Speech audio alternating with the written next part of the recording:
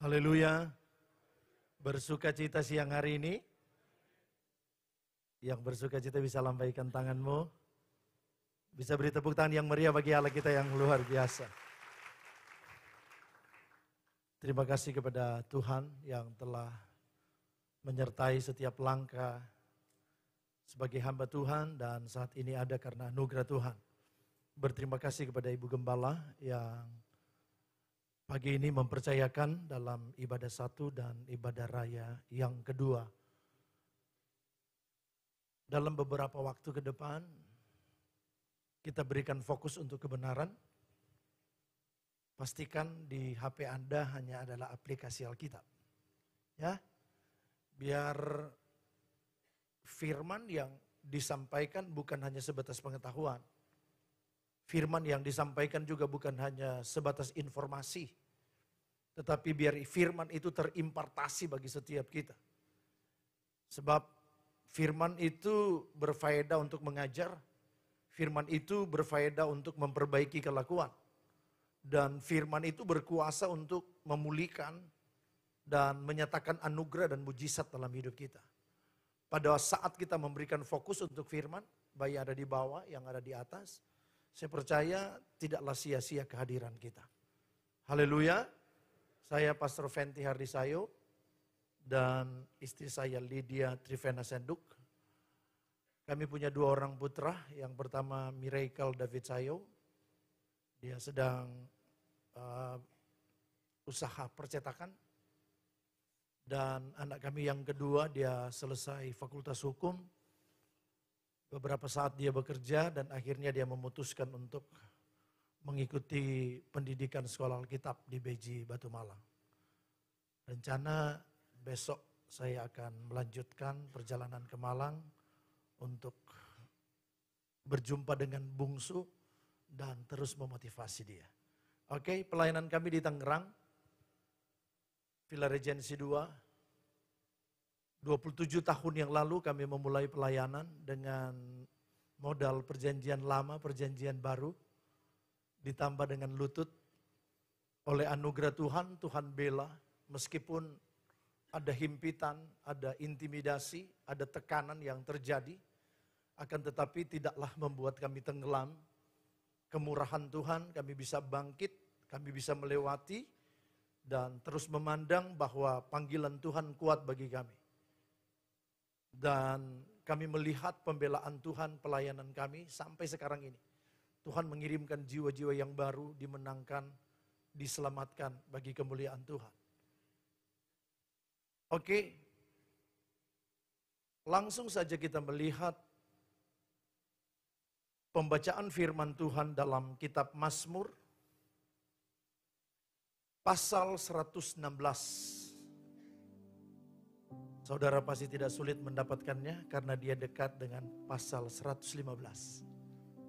Oke, lihat ayat yang ke-12.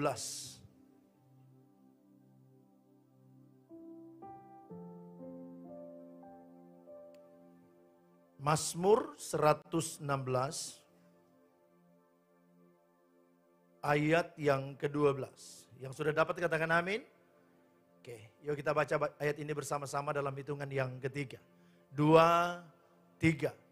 Bagaimana akan kubalas kepada Tuhan segala kebajikannya kepadaku? Boleh untuk dua kali kita baca ya dengan suara yang keras. 2, 3. Bagaimana akan kubalas kepada Tuhan segala kebajikannya? Katakan amin. Oke. Mazmur 116 diyakini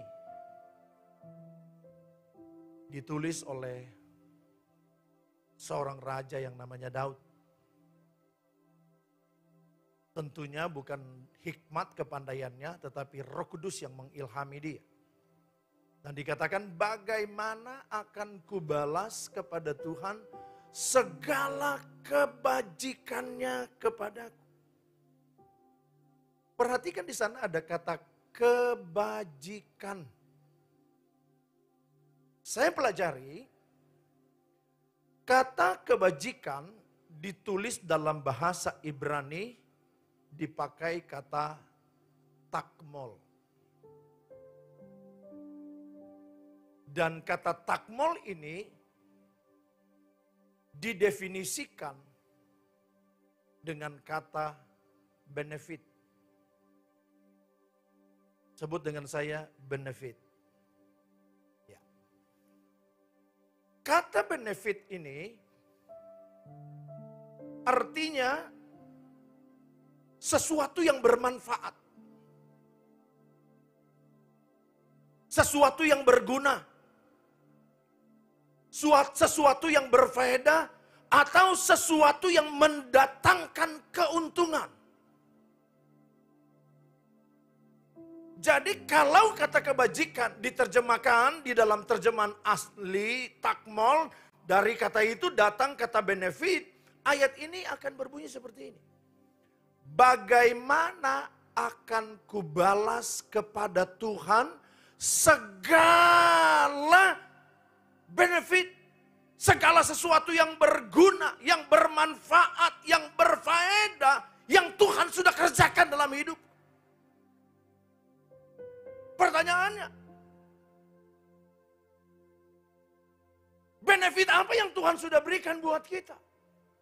Sesuatu yang bermanfaat apa yang Tuhan sudah buat dalam hidup saudara-saudara? Di saat kita diselamatkan Tuhan, bukankah itu sesuatu yang bermanfaat? Di saat Dia menolong kita, di saat Dia menjaga kita, di saat Dia memelihara kita, di saat Dia menyembuhkan kita, di saat Dia memberikan solusi atas setiap masalah kita. Ini yang saya katakan kebajikan Tuhan. Ini yang saya katakan benefit. Dan pemazmur merasakan bahwa terlalu banyak kebajikan Tuhan dalam hidupnya. Terlalu banyak anugerah dan kemurahan Tuhan yang Tuhan sudah berikan dalam hidupnya. Makanya dia nyatakan, dengan apa aku membalas kebajikanmu? Kalau ini jadi saya dan saudara, ini menjadi pertanyaan penting. Dan harus kita yang menjawabnya.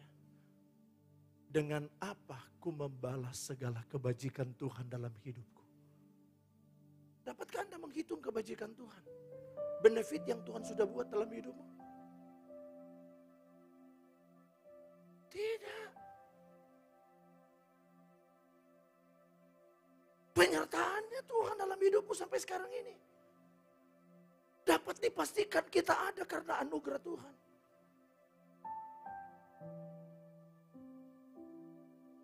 Alkitab memberitahukan kepada saya dan saudara, bagaimana ungkapan pemazmur, bagaimana akan kubalas kepada Tuhan segala kebajikan, takmol, benefit, perbuatan yang berguna, yang bermanfaat yang Tuhan sudah buat dalam hidup kita. Ayat 17. Mazmur 116 ayat 17. Coba kita lihat ayat ini. Yuk kita baca, itu yang pertama. 2, 3. Aku akan mempersembahkan korban syukur kepadamu dan menyerukan nama Tuhan. Setelah dihitung, setelah dikalkulasi tentang benefit yang Tuhan sudah buat bagi seorang Daud, sungguh dia tidak dapat membalas. Makanya dia ungkapkan, aku akan mempersembahkan korban syukur kepadamu. Jadi yang pertama, kita harus mempersembahkan syukur kepada Tuhan atas benefit yang sudah diberikan bagi hidup kita. Ucapkan syukur kepada Tuhan. Terima kasih buat kemurahan-Mu. Terima kasih buat keselamatan yang Kau sudah buat. Terima kasih buat penyertaan-Mu. Terima kasih buat berkat Tuhan atas keluargaku. Terima kasih buat pemulihan dan kesembuhan yang Tuhan sudah kerjakan dalam hidupku.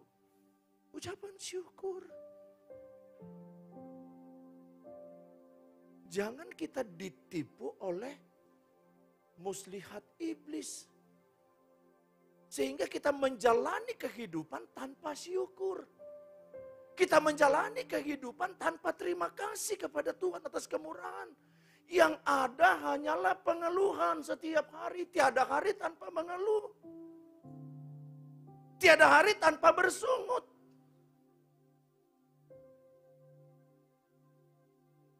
semestinya kita harus bersyukur kepada Tuhan. Bisa katakan amin? Ya.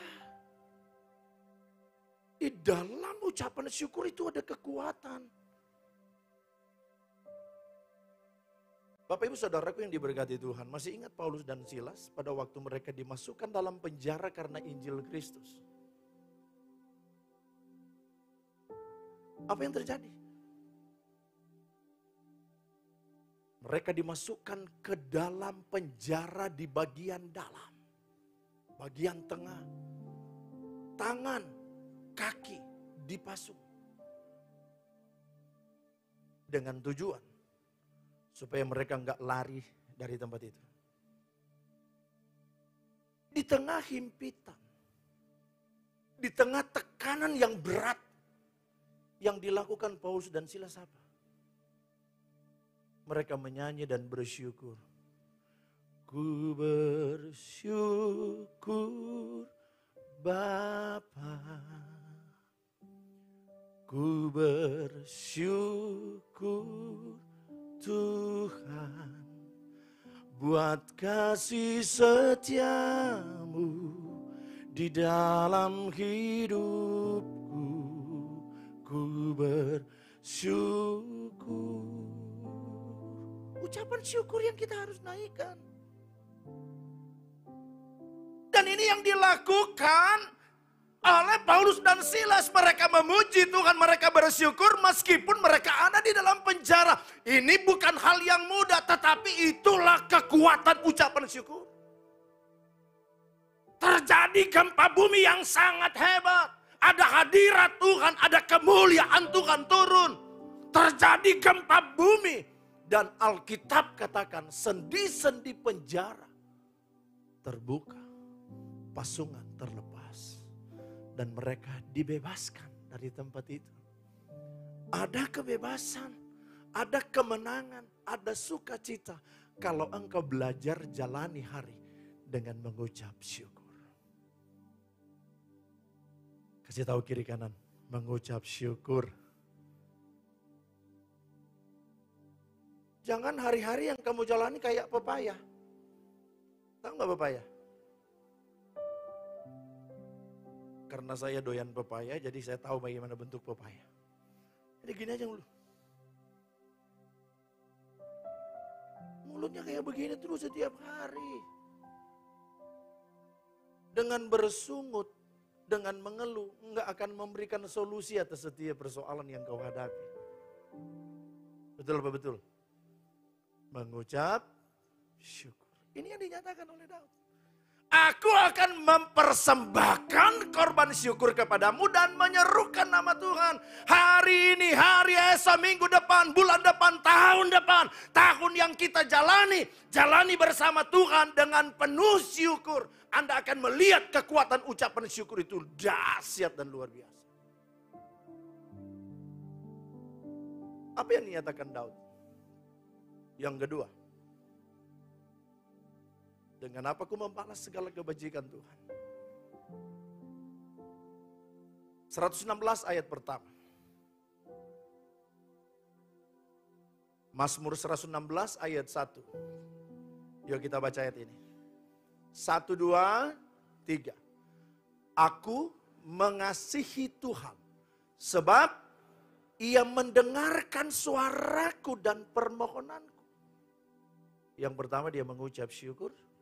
Dan yang kedua, dia belajar mengasihi Tuhan dengan segenap hati, segenap jiwa, dan dengan akal budinya.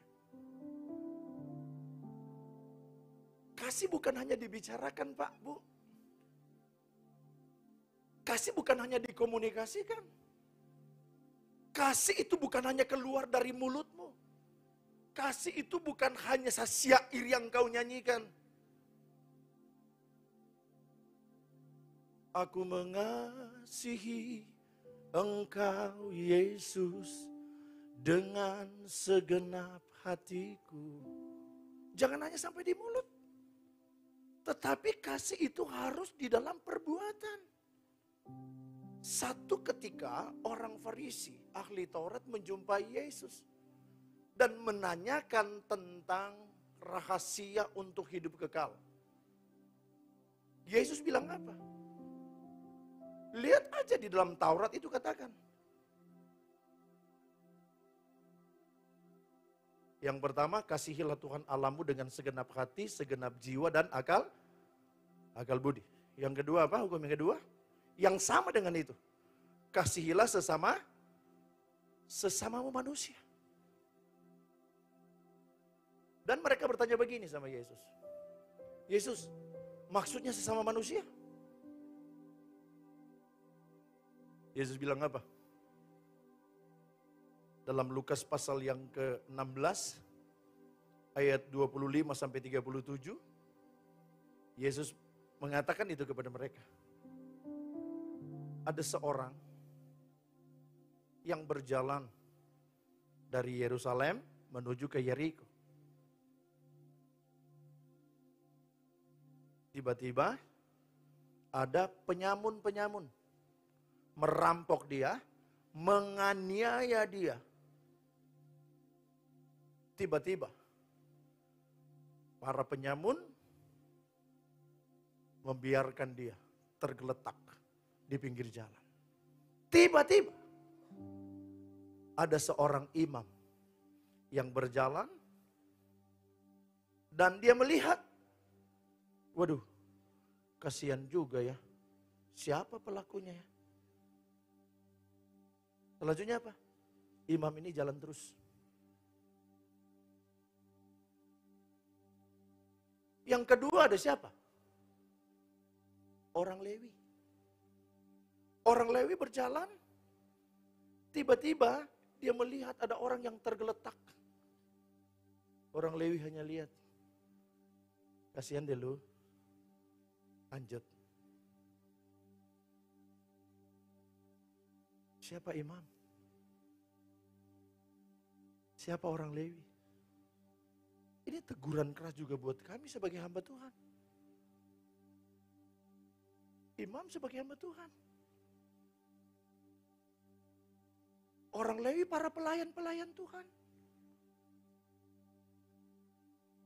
Tetapi Yesus sedang menegur mereka orang Farisi dan ahli Taurat itu. Mereka hanya pandai berbicara tentang kasih. Tetapi wujud nyata tentang kasih itu tidak ada. Akan tetapi berbeda dengan orang Samaria. Konon orang Samaria itu nggak boleh ketemu dengan orang-orang pengikut Yesus. Orang Samaria waktu dia jalan, dia melihat ada orang yang tergeletak. Dia lihat, dia dekati orang itu. Dia balut luka-luka daripada orang itu. Dia meminyakinya dengan anggur. Lantas dia naikkan orang itu ke atas keledainya. Dia rela enggak naik keledai hanya karena orang itu yang harus naik di keledainya. Dan dia yang berjalan. Setelah itu dia cari penginapan. Dan dia ketemu dengan penjaga penginapan. Ini uang 2 dinar. Kuberikan kepadamu. Seandainya kamu mengeluarkan lebih daripada 2 dinar, aku akan datang kembali ke tempat ini, aku akan menggantikan yang kurang. Yesus bertanya, menurut kamu orang Farisi ahli Taurat, kasih kepada sesama itu seperti apa? Seperti orang Samaria itu. Kasihilah Tuhan Allahmu dengan segenap hati, segenap jiwa dan akal budimu. Tetapi yang tidak kalah penting, yang sama dengan itu yaitu apa? Kita harus mengasihi sesama manusia. Yang setuju katakan amin. Makanya pemazmur dia nyatakan, dengan apa ku balas segala benefit, segala kebajikan yang Tuhan sudah limpahkan dalam hidupku. Dia akan mengucap syukur dan dia akan berkomitmen mengasihi Tuhan dengan segenap hati, jiwa dan kekuatannya. Kasih itu harus dimanifestasikan, Pak. Bu, harus dimanifestasikan. Makanya kasih Yesus Karena begitu besar kasih Allah akan dunia sehingga dia mengaruniakan anaknya yang tunggal. Mengaruniakan, memberikan. Yang percaya tidak binasa, melainkan memperoleh hidup yang kekal. Jadi jangan hanya pandai berbicara tentang kasih. Jangan hanya pandai nyanyi tentang kasih.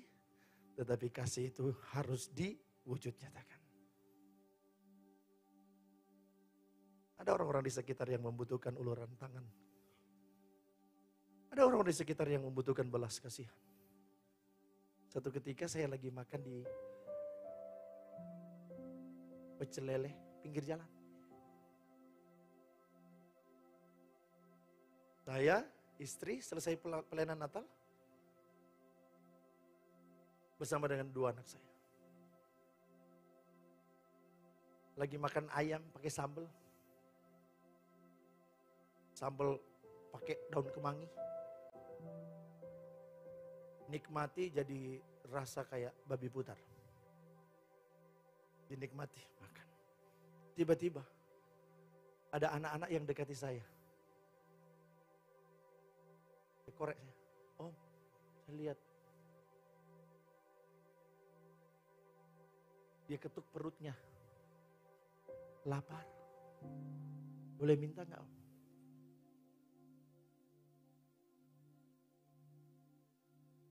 Sebagai seorang hamba Tuhan. Kamu benar lapar.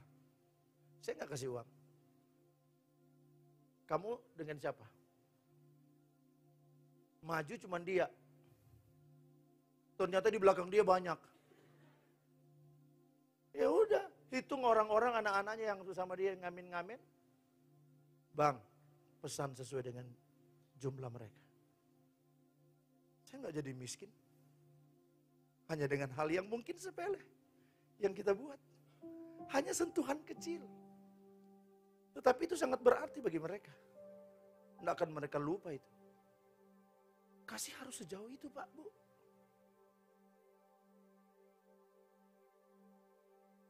Tujuan Allah memberkati Anda apa sih?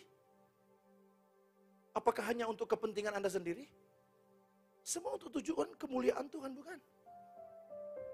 Anda bisa melihat apa yang menjadi kebutuhan gereja di mana Anda bertumbuh. Keperluan apa di gereja yang sedang dibutuhkan. Wujudkan kasih-Mu dengan pemberian-pemberian yang mungkin tidak seberapa dibandingkan dengan orang lain yang bisa memberi. Tetapi apa yang kau bisa lakukan, lakukan itu. Itulah kasih. Makanya Daud dia berkata, dengan apa aku membalas? Aku akan mengasihi engkau. Mengasihi Tuhan. Katakan amin. Katakan amin. Beri tepuk tangan yang meriah bagi Allah kita yang dahsyat. Kita lihat bagian yang ketiga. Dengan apa aku membalas segala kebajikan, benefit yang Tuhan sudah beri.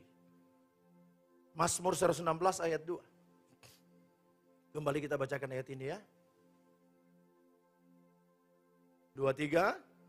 Sebab ia menyendengkan telinganya kepadaku. Terus, maka seumur hidupku, aku akan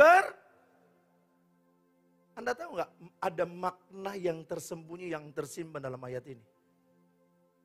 Sebab ia menyendengkan telinganya kepadaku, maka seumur hidupku aku akan berseru kepadanya. Artinya selagi Tuhan izinkan dia hidup dalam dunia, dia akan berkomitmen tetap setia sampai akhir. Loh ini maknanya. Seumur hidupku aku akan berseru.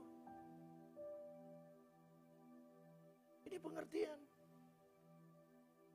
Berkomitmen setia sampai akhir. Halo jemaat GPD Haleluya Rungkut. Kadang kan ada kendala-kendala dalam perjalanan kekristenan kita kan. Yang membuat supaya kita jauh dari Tuhan. Supaya kita tinggalkan Tuhan, supaya kita malas ibadah. Tetapi ini pernyataan kebajikan Tuhan banyak buat kita. takmol, benefit yang dia buat. Dia menyelamatkan kita, dia menuntun langkah kita, dia memberkati Anda sampai saat ini. Dia menjaga, dia memelihara. Ini adalah belas kasihan Tuhan, kasih karunia yang dia berikan. Makanya saya mau beritahu seperti pernyataan pemazmur, setialah sampai akhir. Walau ada badai, walau ada gelombang, walau ada tantangan, kita tetap maju. Karena Yesus lebih besar dari segala pergumulan yang kita hadapi. Amin. Yesus lebih besar dari masalahmu. Masih ingat gak? Satu ketika, Yesus bilang begini sama murid-murid. Murid, pergilah, menyeberanglah. Tahu gak Yesus kemana? Kebiasaan Yesus. Yesus pergi berdoa di bukit. Yesus berdoa. Ini kebiasaan luar biasa. Yesus berdoa. Waktu murid-murid berjalan, ada gelombang yang besar. Ada badai yang menerpa perahu yang mereka tumpangi saat itu.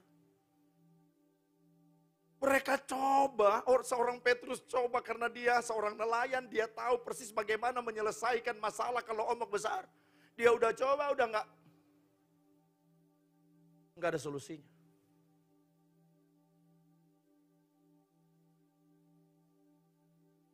Yesus tahu nggak apa yang sedang terjadi bagi mereka? Yesus tahu? Ya, karena dia maha tahu. Dia tahu persis apa yang sedang dialami. Di tengah gelombang yang besar yang hampir menenggelamkan perahu mereka.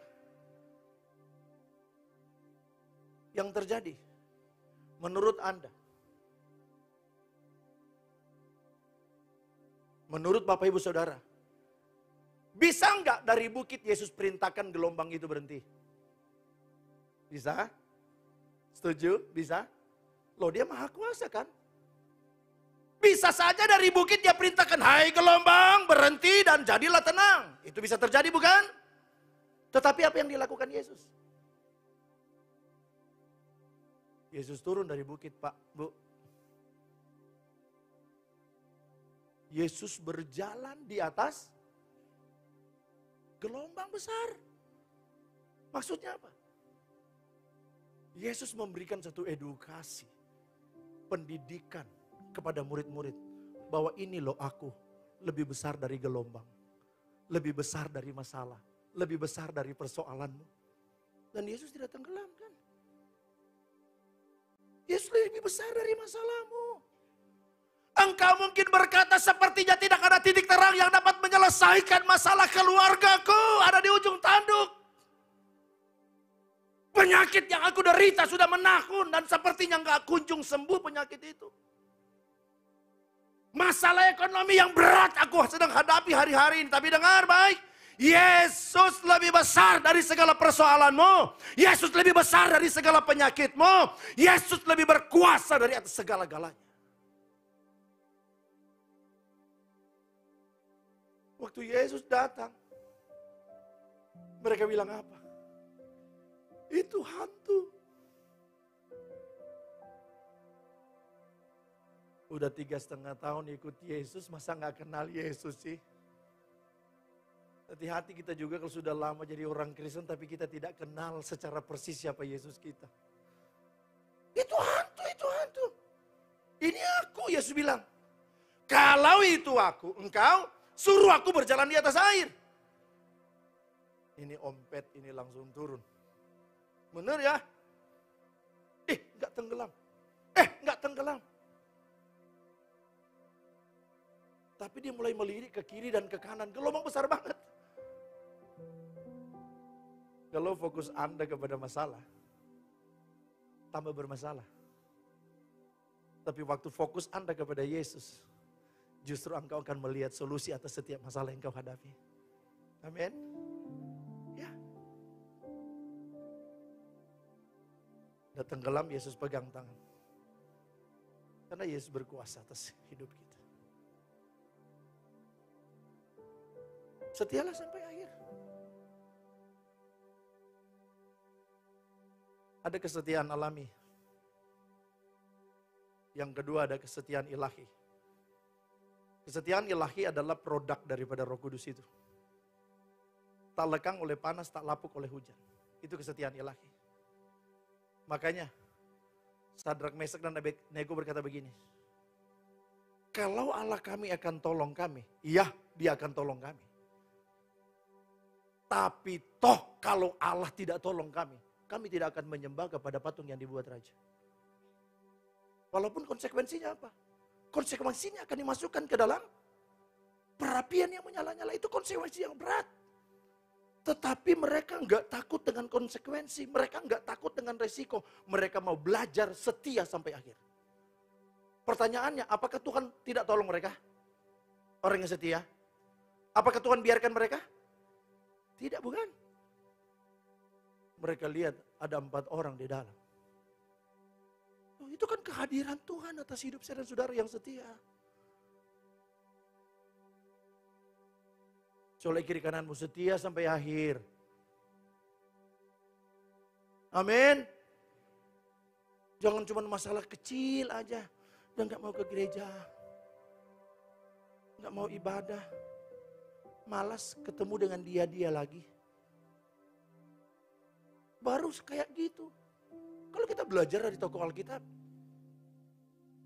Stefanus dilontari dengan batu sampai mati. Ada yang dilembing. Ada yang dibakar hidup-hidup. Ada yang digoreng dalam wajan yang berisi minyak panas. Tetapi mereka tidak undur karena cinta Yesus. Kebaikan Tuhan sudah banyak buat kita. Dan tidak akan berhenti kebajikan Tuhan. Dengar baik, tidak akan berhenti. Dia akan terus mengalir bagaikan sungai yang tiada hentinya. Makanya saya mau beritahu jemaat Tuhan yang ada di bawah, yang ada di atas. Berkomitmenlah setia sampai akhir.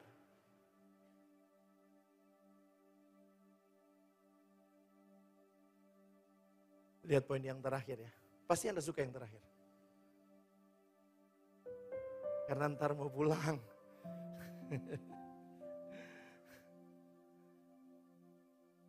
Dengan apa aku membalas segala kebajikan Tuhan? Yang pertama mengucap syukur selalu. Yang kedua berkomitmen mengasihi Tuhan. Yang ketiga setia sampai akhir hidup. Ya, amin. Sebut dengan saya yang keras ya. Baik di bawah, di atas, sebelah kiri, depan, kanan. Setia, saya mau setia sampai akhir. 2, 3. 40 orang. 2, 3. Ini sudah mendekati 80. Yuk yang terakhir yang ketiga. Yuk 2, 3. Berikan tepuk tangan yang meriah bagi Allah kita yang dahsyat. Yuk setia. Karena terlalu banyak kebaikan Tuhan dalam hidupmu. Ya mau nangis kalau mau hitung kebaikan Tuhan. Perjalanan pelayanan, perjalanan keluarga, perjalanan hanya karena berkat Tuhan. Hanya karena mujizat Tuhan. Terus. Maka ini juga menjadi komitmen saya, Tuhan saya mau setia sampai akhir. Lihat poin yang terakhir. Mazmur 116 ayat 10.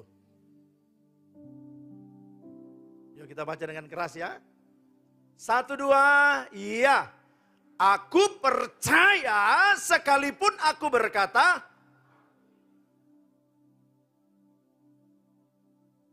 di saat engkau tertindas, di saat engkau dalam kesesakan, di saat engkau dalam pergumulan berat. Orang lain mungkin berkata sepertinya tidak ada titik terang yang dapat menyelesaikan persoalanmu. Tetapi pada saat itu engkau tetap berkata, Tuhan aku masih percaya kepada Tuhan.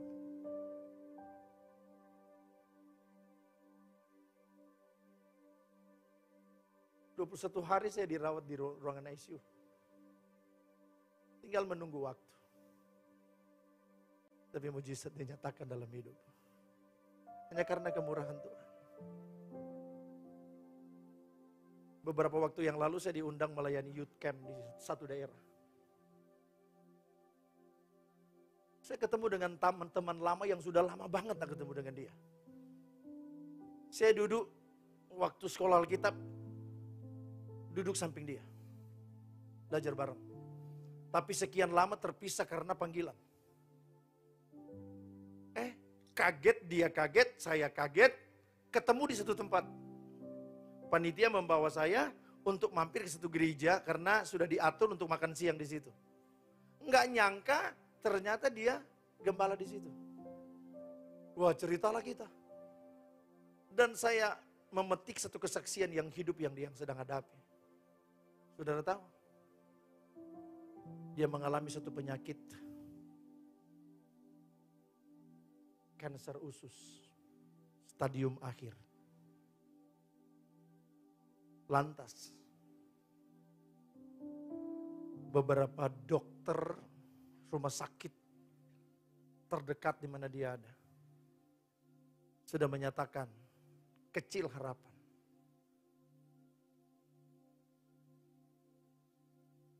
Akhirnya sepakatlah biar pulangkan saja ke rumahnya. Karena tinggal menunggu waktu aja.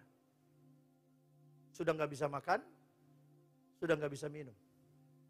Tinggal nunggu waktu. Akhirnya dia minta pulang. Kalau saya mati, nggak apa-apa, di kampung halaman saya. Istri jemaat sepakat karena itu mungkin permintaan terakhir dia. Dibawalah ke tempat asalnya. Lantas dia bilang begini sama keluarganya. Tolong bawa ke satu bukit. Nggak apa-apa, saya akan doa di sana. Kalaupun saya mati, saya sudah siap. Dibawalah dia ke sana. Dan tentunya ada keluarga yang menjaga dia. Berdoa. Satu hari tidak terjadi apa-apa. 2 hari belum terjadi apa-apa. Hari yang ketiga dia berdoa. Tiba-tiba mau bicara, ada satu benda yang keluar dari anusnya. Yang biasa dia buang air keluar situ, tiba-tiba ada satu benda yang keluar hitam menurut dia, keras. Tetapi waktu keluar benda itu, dia pingin minum, dia pingin makan. Dia merasa enak. Saya mau minta teh manis. Waktu dikasih teh manis, hangat, dia minum. Waktu dia minum teh manis itu, maaf, teh manis langsung keluar di tempat di mana keluar benda itu. Dia minum, wah, loh, basah. Dia minta mau makan bubur Manado. Kan bubur Manado itu ada kangkungnya, ada bayamnya, ada jagungnya, ada nasinya. Waktu dia makan bubur Manado sedikit, langsung keluar kangkung di bawah, langsung keluar jagung-jagungnya.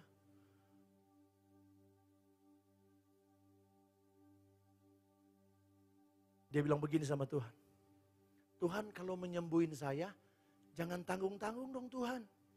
Masa nyembuhin saya masih ada sisa-sisanya? Loh, gimana kalau saya minum kopi keluar kopi langsung, saya makan sesuatu langsung keluar. Dia bilang begini, dia praktekkan saya, dia berdiri, dia tumpang tangan, maaf, dia tumpang tangan. Dalam nama Yesus, sembuh, sembuh, sembuh. Kabar baiknya, sampai saat ini dia sehat, kuat, disembuhkan, kembali ke pelayanan dan melayani Tuhan sampai sekarang ini. Haleluya. Percaya sekalipun mungkin kita sedang tertindas. Percaya kepada Tuhan, kalaupun mungkin engkau sedang menghadapi pergumulan yang berat dan sangat berat. Percaya, masih ada Yesus, masih ada kesembuhan. Masih ada Yesus, masih ada mujizat. Masih ada Yesus, masih ada solusi atas setiap persoalan yang kau hadapi. For with God nothing shall be impossible. Sebab bagi Allah tidak ada yang mustahil. Yang tidak mungkin bagi manusia menjadi mungkin bagi Allah, katakan amin. yang mustahil bagi kita, tetapi bagi Allah tidak ada yang mustahil.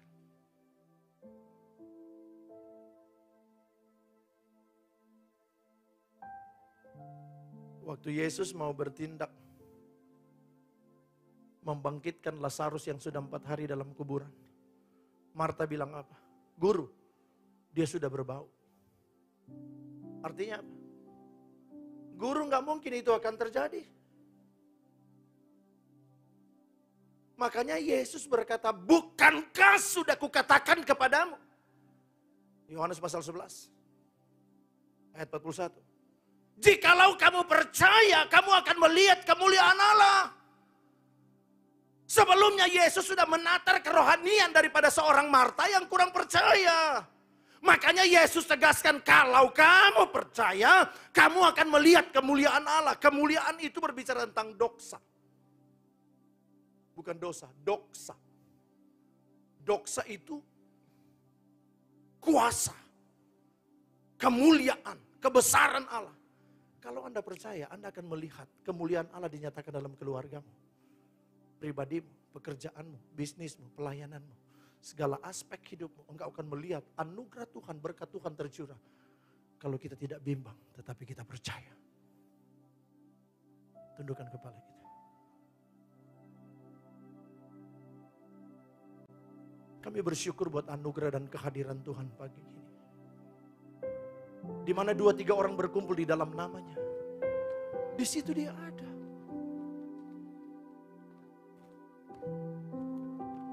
Tidak ada yang tersembunyi di hadapan Tuhan.